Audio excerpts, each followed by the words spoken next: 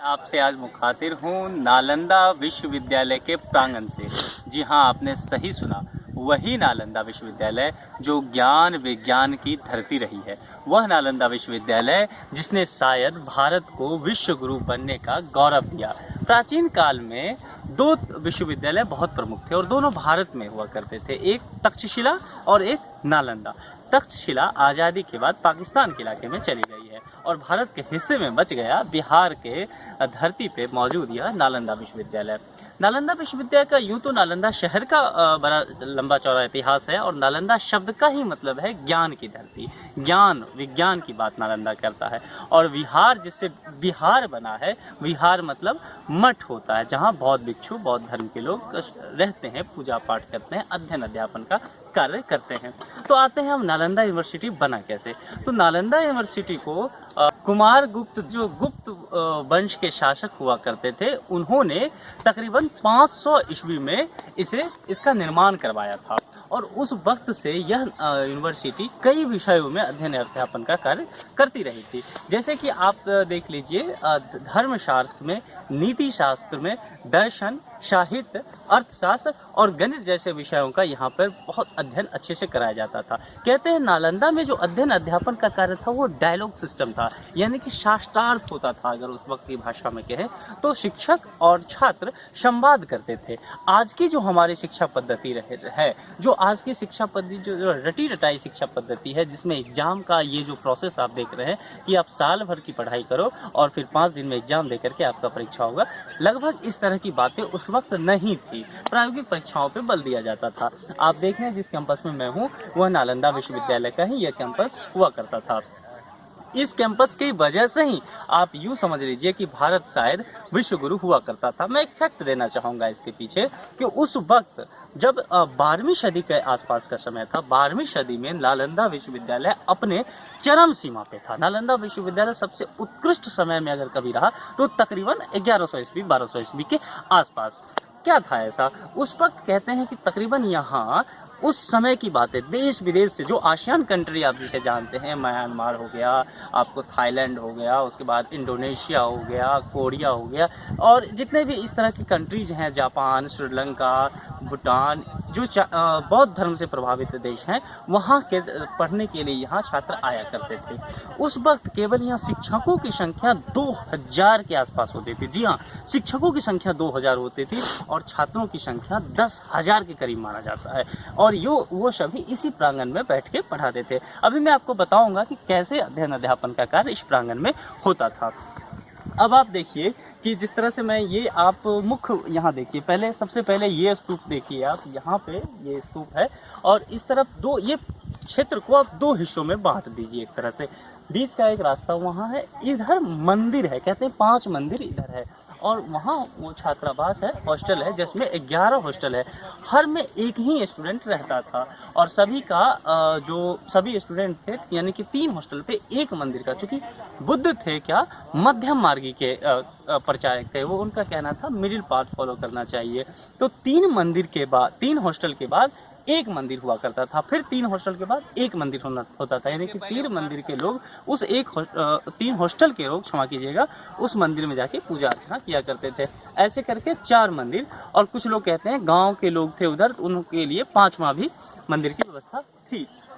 अब पीछे नालंदा का ये स्तूप यहाँ पे देख रहे हैं और यह जो आजकल का इलाका आप देख रहे हैं, यह क्षेत्र जहाँ मैं खड़ा हूँ, जहाँ से मैं आपको बातें बता रहा हूँ, दरअसल यह क्षेत्र जो है, यहाँ पे बौद्ध भिक्षु आते हैं, बैठते हैं, बौद्ध धर्मावलंबी, और सारी स्तूप जो है इसका यहाँ पे पूजा पाठ करते हैं, अपने धार्मिक अनुष्ठानों का संपादन क्रियाकलाप यहाँ पे करते हैं। ये वही प्रांगण है। सबसे जो नालंदा आप जो अखबार में नेट पे देखते हैं वह इसी स्तूप की वजह से नालंदा को आप देख पाते हैं। कहा जाता है कि उस वक्त जब 1200 ईस्वी में, और उस वक्त बख्तियार खिलजी जब यहाँ पे आया तो उसने इस क्षेत्र को तहस नहस करवा दिया तकरीबन 1200 ईस्वी में, और इन सभी जगहों को मिट्टी से भरवा दिया। तो आज जिसको आप यहाँ देख रहे हैं, दरअसल यहाँ कुछ नहीं हुआ करता था। ये पूरा क्षेत्र मिट्टी से भरा हुआ था। ये स्तूप जो देख रहे हैं यह भी मिट्टी से उतनी ऊंचाई पे भरा हुआ था और यहाँ खेती का कार्य होता था। जी हाँ, यहाँ खेती का कार्य होता था। तकरीबन 1900 ईस्वी के आसपास और 1860-70 के आसपास यहाँ पे ब्रिटिश गवर्नमेंट ने यहाँ पे खुदाई का काम शुरू किया था।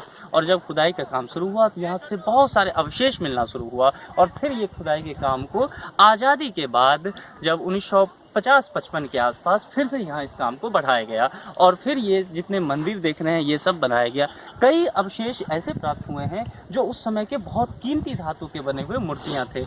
शंकर की मूर्ति, गणेश की, दुर्गा की, बुद्ध की, 4 अलग अलग मुद्राएं की जो मूर्तियाँ होती है वो बहुत सारे मात्रा में यहाँ से प्राप्त हुआ है। और उन सभी मूर्तियों को अब यहाँ से निकलवा करके बगल का जो म्यूजियम है नालंदा का उसमें रख दिया गया है। तो यह तो हो गया इस यहाँ के थोड़ी सी जानकारी आपको। दूसरा, यह जो क्षेत्र आप देख रहे हैं, जो ये टिलाएं देख रहे हैं, यहाँ पे शिक्षक बैठ करके ध्यान लगाया करते थे। आज भी ऐसा होता है।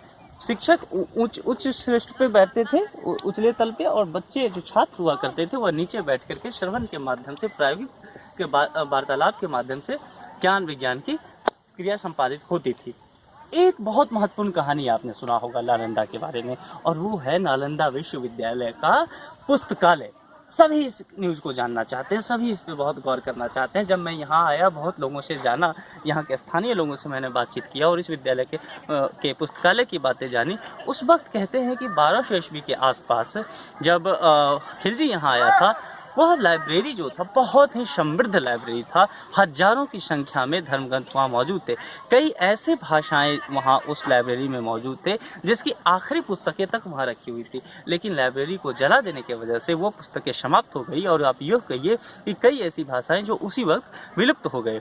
उन्हीं में से एक पाली है। हालांकि पाली विलुप्त नहीं हुई है। पाली के आज भी बहुत सारे लाइब्रेरी में आपको, जहाँ बौद्ध धर्म के मठ है, कहीं विभिन्न बौद्ध धर्मावलंबी राष्ट्र हैं, वहाँ पाली की जानकारी आपको मिल जाएगी। तो उस लाइब्रेरी को जलाने से क्या हुआ, माना जाता है कि 4 से 6 महीने तक लाइब्रेरी में पुस्तकों की संख्या बहुत ज़्यादा थी। तो तकरीबन 4 से 6 महीने तक पुस्तक धू धू करके जलते रहे थे।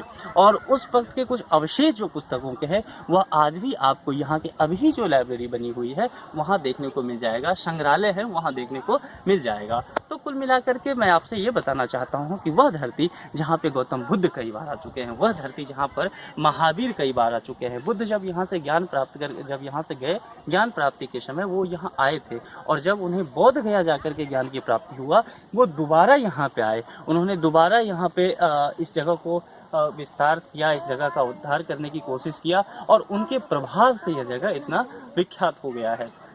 तो कुल मिला के जब भी आप आए यहाँ पे, नालंदा आए, नालंदा के बगल में पावापुरी है, राजगीर है, यहाँ आके आप घूम सकते हैं। वास्तुकला को, यहाँ की वास्तुकला को बहुत अच्छे समझ सकते हैं कि किस तरह से उस समय पे यहाँ पे पानी के निकास की व्यवस्था जो हड़प्पा संस्कृति का सबसे उत्कृष्ट दिखता है, उसका इन्होंने लगभग कहते हैं कि कॉपी किया गया है। आप उसको देख सकते हैं किस तरह से 3 अलग अलग राजवंशों के शासकों ने, जो पहले वहाँ से गुप्त से शुरू होता है, फिर उसके बाद हर्षवर्धन के समय पे इसका निर्माण होता है और फिर देवपाल के समय आप देखेंगे, ये जो आज देख रहे हैं ये देवपाल के समय का है। तो ये सब किस तरह से 3 राजवंशों के लोगों ने किस तरह से निर्माण करवाया है। और कहते हैं कि 4 मंजिल तक, 5 मंजिल तक ऐसा था, कई स्तूप 9-9 मंजिल तक के थे। तो आज तो उतने अवशेष नहीं बचे हैं, लेकिन आप यहाँ आकर के अध्ययन अध्यापन कर सकते हैं। यहाँ के लाइब्रेरी और संग्रहालय से आप जुड़ सकते हैं और बहुत सारी चीज़ों को यहाँ को बहुत बारीकी से जान सकते हैं, जो शायद आपको किसी किताब में ना मिले, किसी नेट पे ना मिले। तो आपको इन्हीं बातों के साथ है कि आप जब भी यहाँ आएंगे निराश नहीं जाएंगे।